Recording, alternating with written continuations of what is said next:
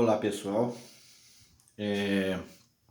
no nosso vídeo anterior eu tinha explicado para vocês, né, no caso de uma variável quantitativa contínua, que a gente viu que tinha uma certa aleatoriedade, ou seja, uma variável que a gente pode chamar de variável aleatória. Se eu fizer então n medições dessa variável, eu vou obter então N valores diferentes de um modo geral. Pode ser até que exista a coincidência de alguns desses valores. Mas de um modo geral, se o meu instrumento de medição for suficientemente sensível, eu vou ter N valores diferentes desses resultados dessas medições, né? Então aqui dando continuidade ao que a gente estava pensando anteriormente, né? A gente viu que essa dispersão dos valores medidos em torno de um certo valor central, ela poderia ser quantificada de alguma forma. Nós vimos que a gente pode calcular o valor médio, né? No caso aí o x médio, que seria a média aritmética simples dos valores da variável x, que seria simplesmente somar todos os valores, né? x1 mais x2 mais x3 até xn e dividir por n. Né? É uma média aritmética simples. Então agora a ideia é o seguinte: vamos considerar que esses valores medidos, né, x1, x2, x3, estejam sobre uma reta numérica. Então, nesse caso, eu gostaria de pedir bastante atenção de vocês, né?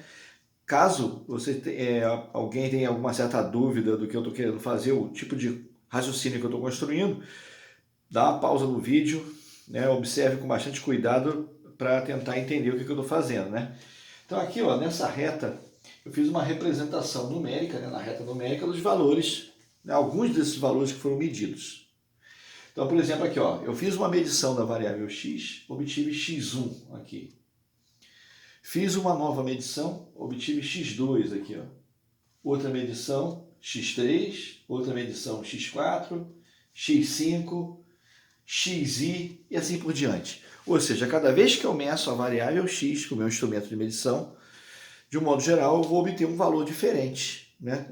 Tem aí uma aleatoriedade nos valores que eu estou obtendo como resultado dessas medições. Bom, até aí tudo bem, é uma coisa que eu já tinha falado com vocês no outro vídeo, né? No vídeo anterior. Vamos agora considerar um certo valor fixo, que é uma variável, quer dizer, fixo, o valor é fixo, né? Mas é um valor real, né? Mi. Esse valor, eu vou estar fixando ele, mas a princípio eu posso considerar, né, que esse valor é um valor fixo que eu escolho, ou seja, eu posso escolher qualquer valor sobre essa reta numérica. Então aqui eu escolhi um valor de referência, mi, representado pela letra grega mi, que está aqui. Veja bem, ele está fixo aqui, né? Mas esse valor é um valor real que eu posso escolher, ou seja, eu poderia mover esse valor mi sobre qualquer ponto aqui dessa reta numérica. É meio estranho, né? Parece até que eu estou falando que mi é fixo, mas na realidade é uma variável. Não, ele é fixo para esse raciocínio que eu vou construir. Mas eu posso modificar o valor de mi, né? É isso que eu quero dizer. Então eu poderia escolher o valor de mi sobre qualquer ponto dessa reta numérica dos valores da minha variável aleatória x que eu estou estudando.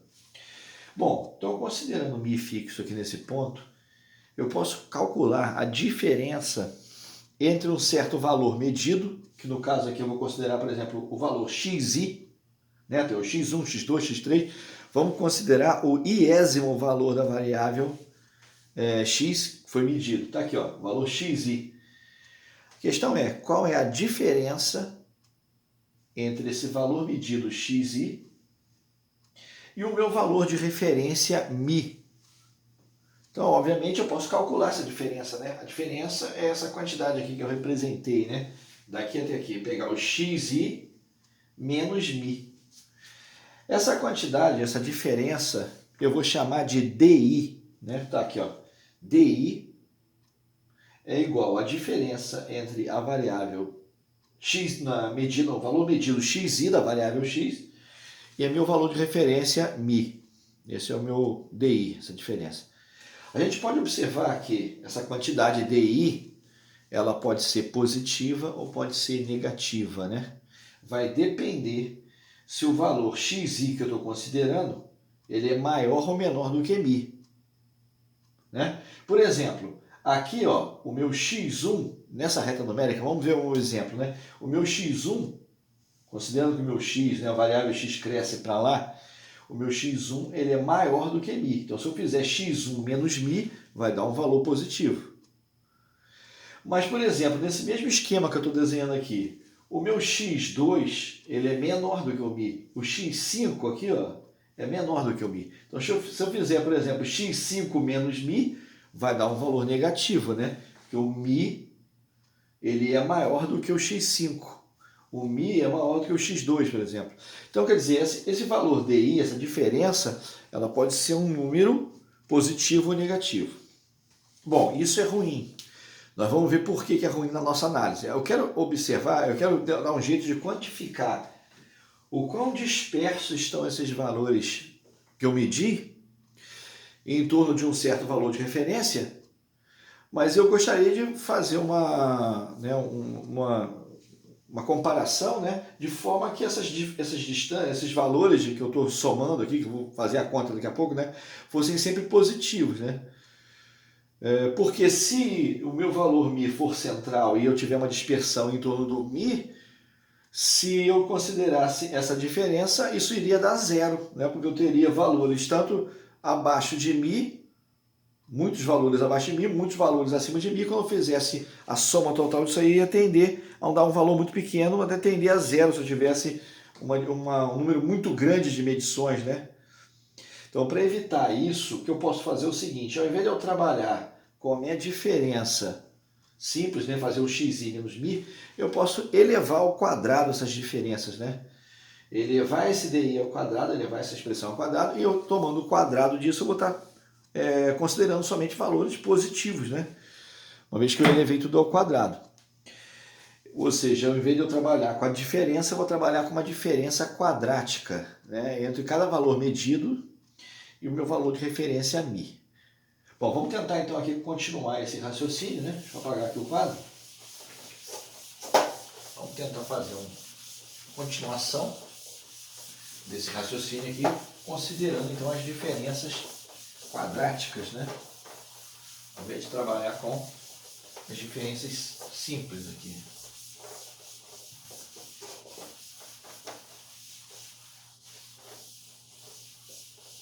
Acho que tá bom. Então, se eu considerar as diferenças quadráticas, eu teria o seguinte, ó. Tá aqui, ó, diferenças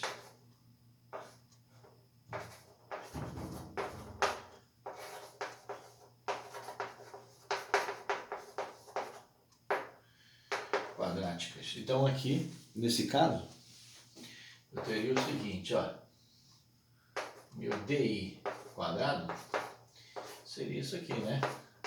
xi menos μ ao quadrado. Observe que se eu fizer essa operação, essa quantidade ela é positiva, né? Que eu estou elevando aqui ao quadrado. Então agora vamos considerar o seguinte. Vamos tentar calcular então uma diferença, né, um desvio médio quadrático, né? Calcular a diferença média quadrática. Como que seria a minha diferença média quadrática? Seria pegar todas essas diferenças quadráticas que eu tenho aqui, entre cada valor medido da variável e o valor μ, e calcular a média disso, ou seja, somar todos esses valores para todos os valores de xi, né? x1, x2, x3 até xn, e dividir pelo número de medições, que é n, né? Então eu poderia calcular a diferença média quadrática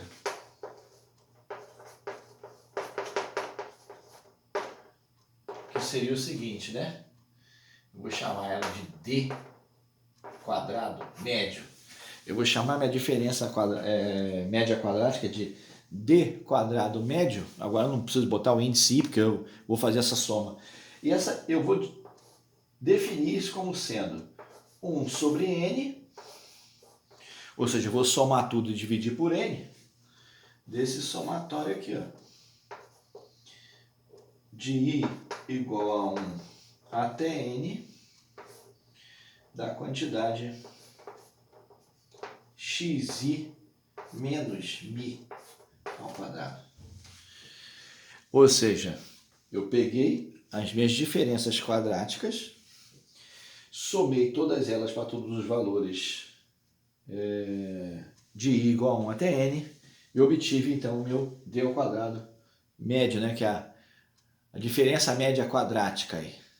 Bom, a questão que eu posso fazer agora é o seguinte: uma vez que eu fiz essa operação, eu posso observar o seguinte: como mi é um valor de referência que eu escolho, essa quantidade aqui ela pode ser tão grande quanto eu queira, né? Eu posso escolher fazer esse mi aqui tender lá para menos infinito ou tender lá para mais infinito.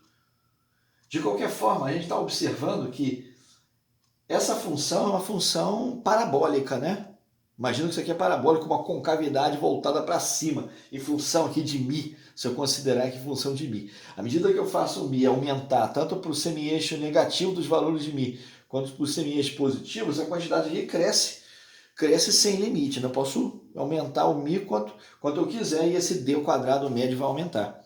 No entanto, a gente pode observar o seguinte: considerando que os valores medidos x, né, x1, x2, x3 até xn estão dispersos, né, ali tem uma dispersão desses valores, vai existir um certo valor de mi para a qual essa quantidade aqui é mínima, né?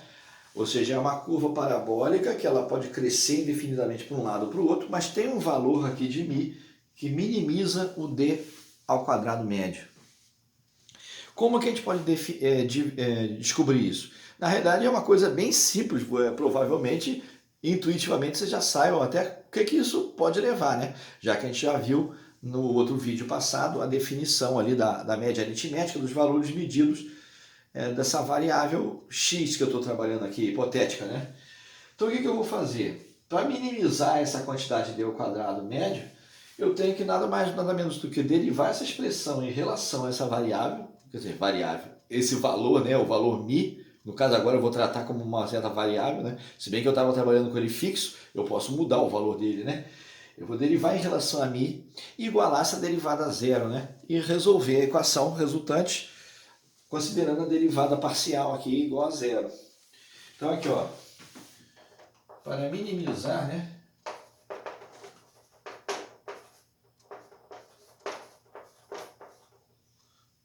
Minimizando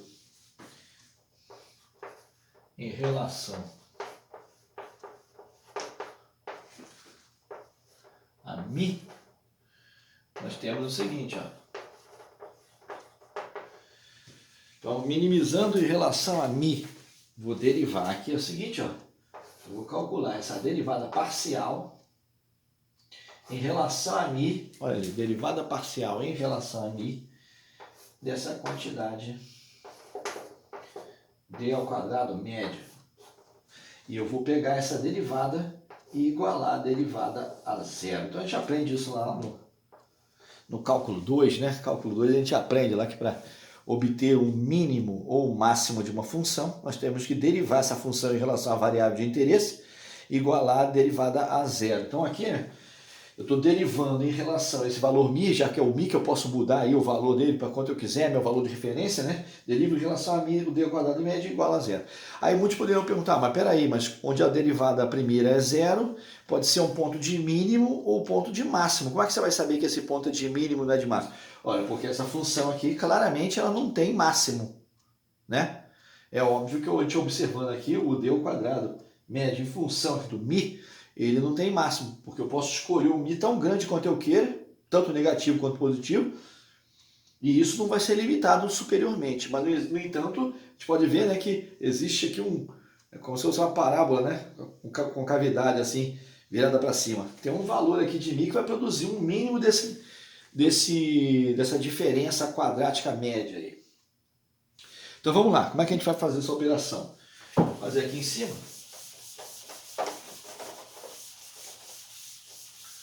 Vou apagar aqui. Então, olha lá. Se eu vou derivar aqui, eu vou fazer a seguinte operação, né? Eu vou calcular a derivada em relação a μ, do d ao quadrado médio, que é isso aqui, né? 1 sobre n, o somatório de i igual a 1 até n, né? Somatório de i igual a 1 até n, desse xi menos μ ao quadrado, né? E isso aqui eu vou igualar a zero. Essa é a operação que eu tenho que fazer aqui, né? Tem que derivar isso aqui. Bom, para derivar isso, né? Aqui tem esse 1 sobre n é constante, né? 1 sobre n é constante, tem aqui o somatório. Essa derivada parcial vai passar aqui para dentro do somatório, ou seja, eu vou estar derivando essa quantidade aqui, né? A derivada de xi menos μ ao quadrado. Então, para aquela regra da cadeia, né? O 2 desce multiplicando, né? E depois eu vou derivar isso que está aqui dentro em relação ao μ. Então, essa aqui vai ficar assim, né?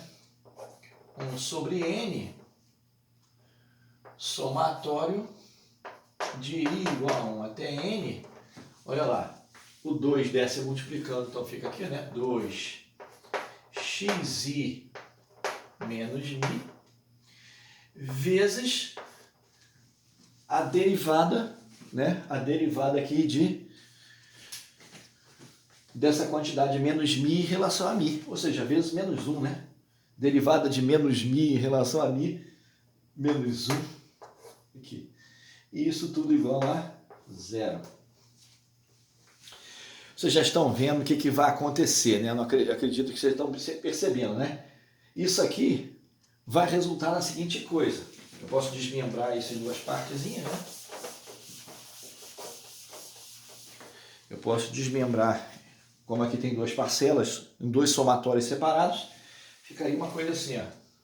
2, 1 sobre n, somatório de i igual a 1 até n de xi, né? Ou seja, eu passei esse 2 aqui para fora do somatório, então ficou 2, 1 sobre n, somatório de i igual a 1 até n de xi aqui. Aqui tem, tá vendo? Multiplicando por menos 1, tem um menos aqui na frente, e aí esquecendo do menos, né? Eu estou multiplicando aqui por menos 1, tem um menos aqui nessa frente. E aqui o menos 1 com menos 1 dá mais.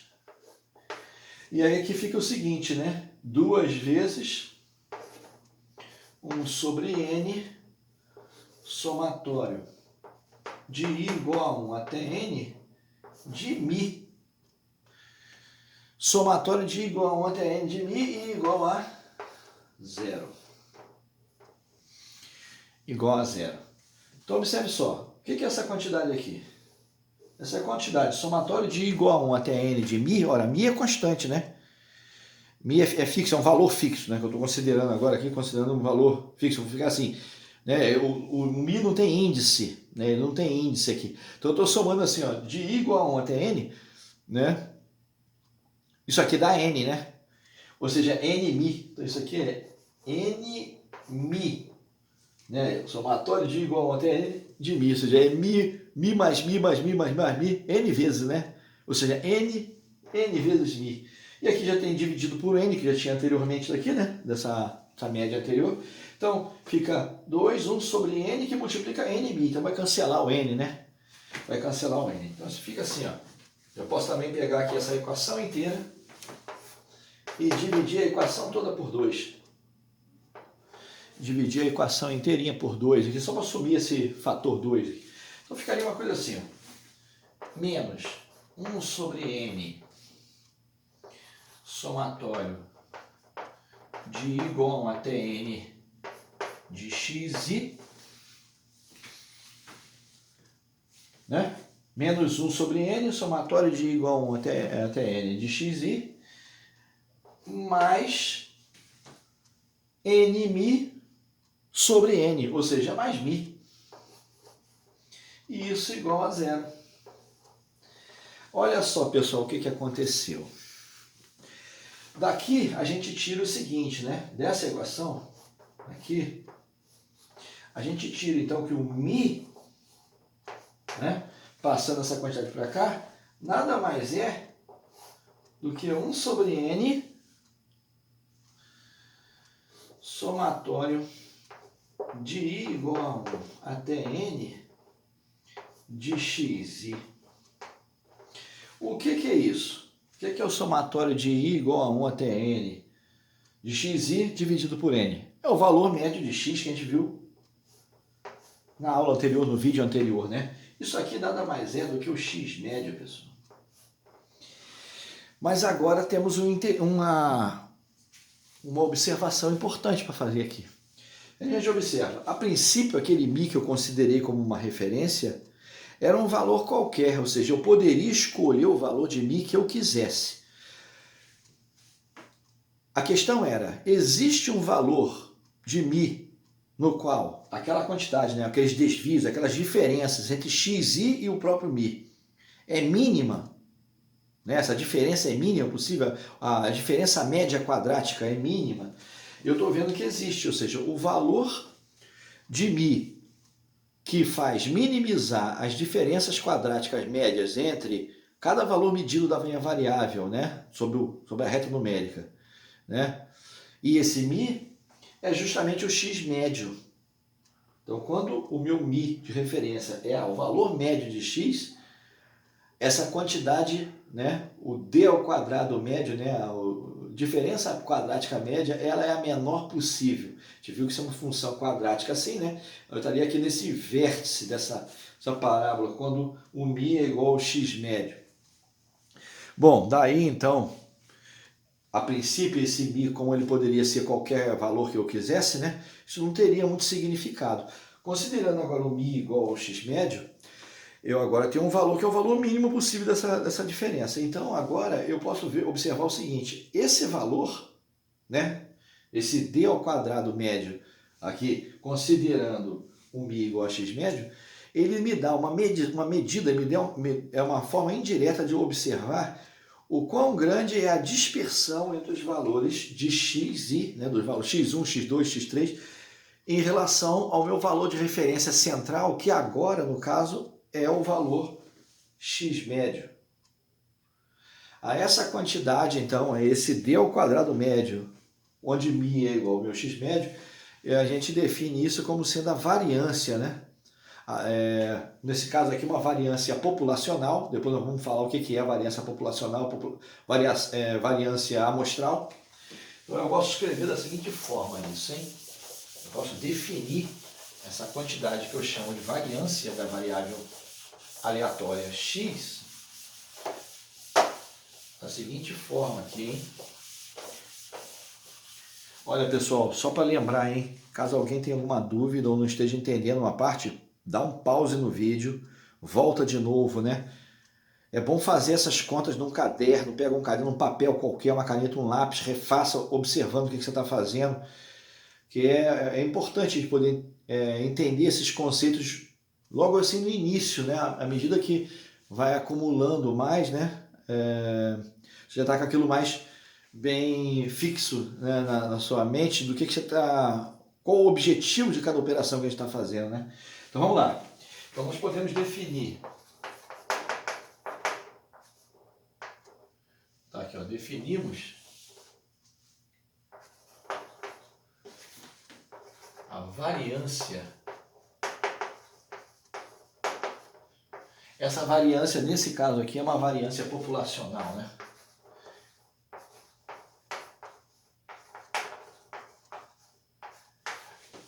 Para a nossa aula de hoje, não interessa muito eu falar que a variância é populacional ou amostral, porque vocês ainda não sabem o que significa isso, mas mais adiante a gente vai ver o que é. Então eu estou escrevendo aqui, essa variância é a variância populacional. Então a variância é definida assim, ó. Né? Eu vou chamar essa variância justamente de a letra grega sigma ao quadrado. Então, meu sigma ao quadrado, né? Sigma ao quadrado, considere, não é o sigma, é o sigma ao quadrado. Vamos ver daqui a pouco por que a gente chama isso de sigma ao quadrado, quando a gente for falar do desvio padrão, né? Então, a letra grega, sigma, parece um Ozinho, né? Mas não é O não, hein, pessoal? É um sigma minúsculo, né? Letra grega sigma minúsculo aqui. Sigma ao quadrado, que é a variância, ele é, por definição, isso aqui, ó, 1 sobre n, o somatório de I igual a 1 até N do xi menos o quê? Menos esse mi que a gente definiu aqui, que a gente observou, que minimiza essa expressão. A expressão daquelas diferenças quadráticas, né? A diferença quadrática média, ela é minimizada quando o meu mi é igual ao x médio. Então é xi menos o x médio ao quadrado. Né? Nós vamos ver que mais adiante, né, uma outra forma alternativa de escrever isso, de usar isso aqui, digamos, a nomenclatura disso na literatura de estatística, também a gente pode escrever assim, né? Ou, daqui ó, ou var, nós vamos ver isso daqui a pouco, hein? Var de x. Olha lá, esse símbolo aqui, ó, var, de variância, var de x, por que x? Porque é a variável x que eu estou estudando, é isso aqui, né?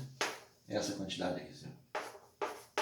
1 sobre n, somatório de I igual a 1 até n, xi menos x médio ao quadrado.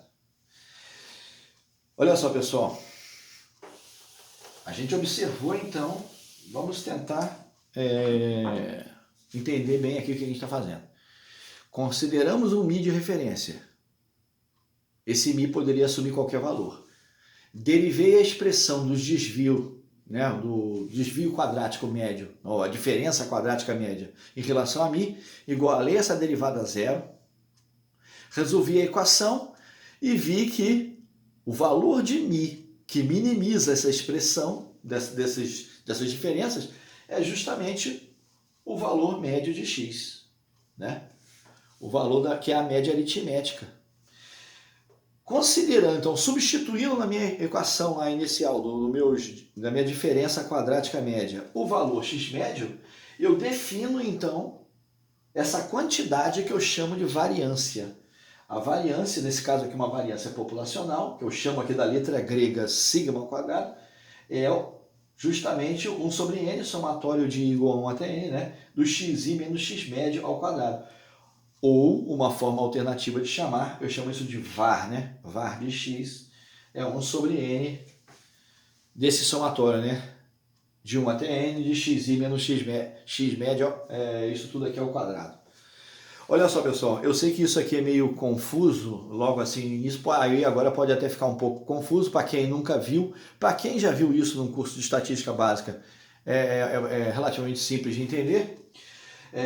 Mas como se calcula isso? Tudo bem, alguém pode falar, mas e daí? Isso aí, essa fórmula, isso vai ser útil para quê? Nós vamos ver então num outro vídeo, né? O vídeo agora está meio longo, já quase completando aqui meia hora de vídeo, né? Então, no próximo vídeo nós vamos ver o que é essa variância populacional. E nós vamos ver que existe também uma forma alternativa, quando você tem um número pequeno de valores medidos da variável, essa variância ela pode induzir a um certo erro, né? Se você considera a variância populacional, para poucas medições isso fica um pouco errado. A gente vai ver que tem aí pode levar até a um absurdo, né? Se a gente considerar fazer uma medição só. E aí a gente define uma nova variância chamada variância amostral, quando você pega uma certa amostra aleatória de uma população grande, que você não pode medir de todo mundo. Então você vai considerar uma amostra retirada aleatoriamente dessa população. Se essa amostra tem poucas medições, a gente vai usar uma variância chamada variância populacional, que tem uma pequena diferença em relação a essa, tem uma pequena correção. Mas isso é assunto então para um outro vídeo. Pessoal, até a próxima e vamos lá. Vamos refazer essas continhas com cuidado aí, hein? Fui!